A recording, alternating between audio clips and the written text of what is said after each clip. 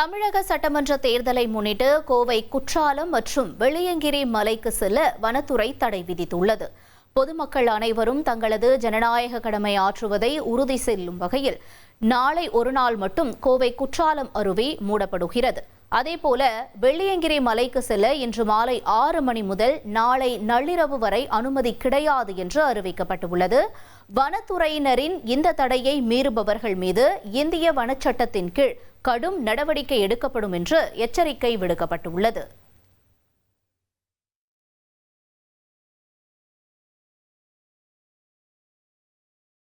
ஈரோடு மாவட்டம் பவானிசாகர் சட்டமன்ற தொகுதியில் உள்ள மலை கிராமங்களுக்கு வாக்குப்பதிவு இயந்திரங்களை சிரமமின்றி கொண்டு செல்ல திம்பம் மலைப்பாதையில் 3 நாட்களுக்கு கனரக வாகனங்கள் இயக்க தடை விதிக்கப்பட்டுள்ளது.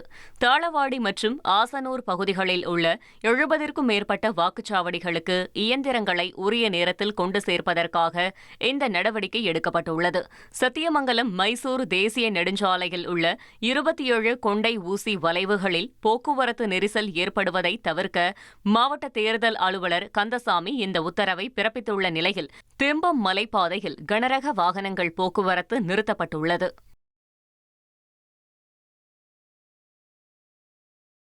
கடலூரில் மது பாட்டிலை பறிமுதல் செய்த போலீசாரின் காலை தொட்டு மதுப்பிரியர் கெஞ்சிய வீடியோ சமூக வலைதளங்களில் பரவி வருகிறது.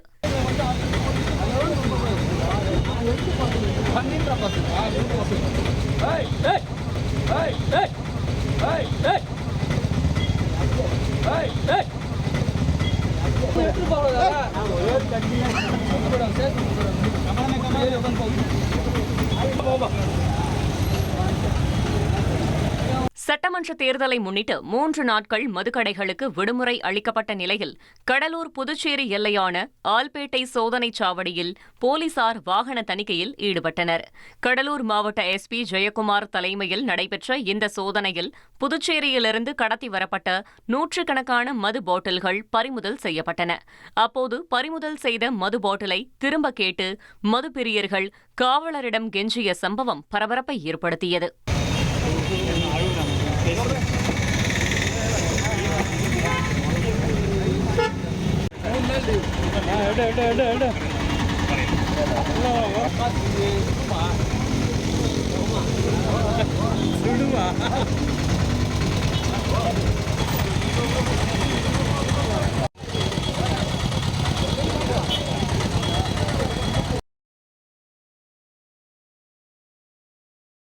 திருவண்ணாமலை அண்ணாமலையார் கோயில் சித்திரை வசந்த விழா உற்சவத்தின் முதல் நாள் வெகு விமரிசையாக நடைபெற்றது.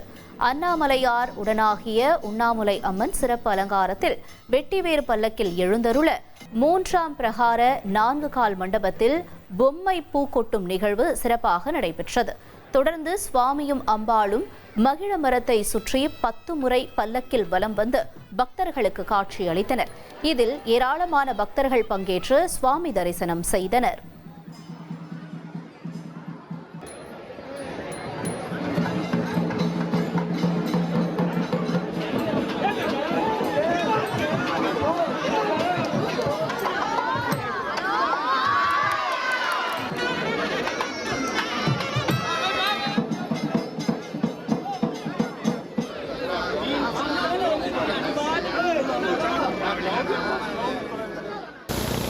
நாகை மாவட்டம் வேதாரண்யம் அருகே மீன்பிடித்துக் கொண்டிருந்த தமிழக மீனவர்கள் மீது இலங்கை கடற்படையினர் தாக்குதல் நடத்திய சம்பவம் பரபரப்பை ஏற்படுத்தியுள்ளது.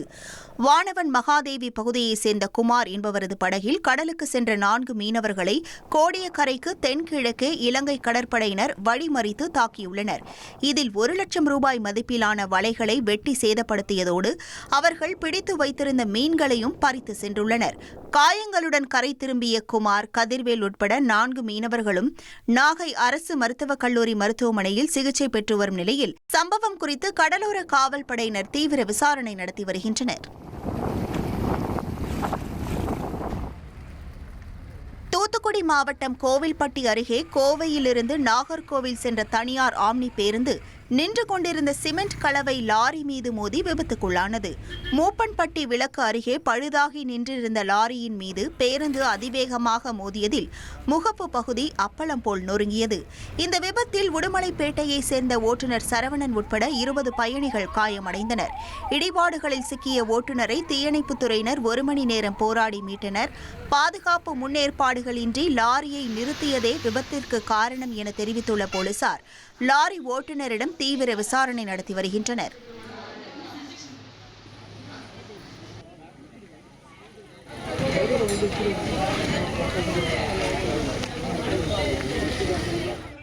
கடலூர் மாவட்டம் வடலூரில் சமையல் எரிவாயு சிலிண்டர் வெடித்த விபத்தில் பெண் ஒருவர் படுகாயமடைந்தார். என்எல்சி ஆபீசர் நகரில் வசிக்கும் முகமது ரஃபீக் என்பவரது வீட்டில் அவரது மனைவி சாரா பீவி சமைத்துக் கொண்டிருந்த போது எதிர்பாராத விதமாக சிலிண்டர் வெடித்து சிதறியது. இந்த விபத்தின் அதிர்வில் அருகில் இருந்த மற்றொரு சிலிண்டரும் வெடித்ததில் வீடு முற்றிலும் சேதமடைந்தது. இதில் படுகாயமடைந்த சாரா பீவி கடலூர் அரசு மருத்துவமனையில் சிகிச்சைக்காக அனுமதிக்கப்பட்டுள்ளார். தகவல் அறிந்து வந்த தீயணைப்புத் துறையினர் மீட்பு பணியில் ஈடுபட்ட நிலையில் வடலூர் போலீசார் இந்த சம்பவம் குறித்து வழக்கு பதிவு செய்து விசாரணை நடத்தி வருகின்றனர்.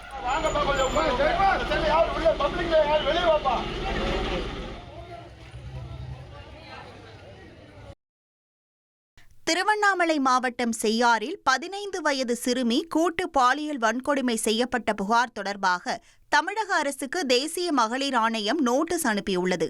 இந்த சம்பவத்தை தாமாக முன்வந்து விசாரிக்கும் தேசிய மகளிர் ஆணையம் கடும் கண்டனத்தையும் தெரிவித்துள்ளது.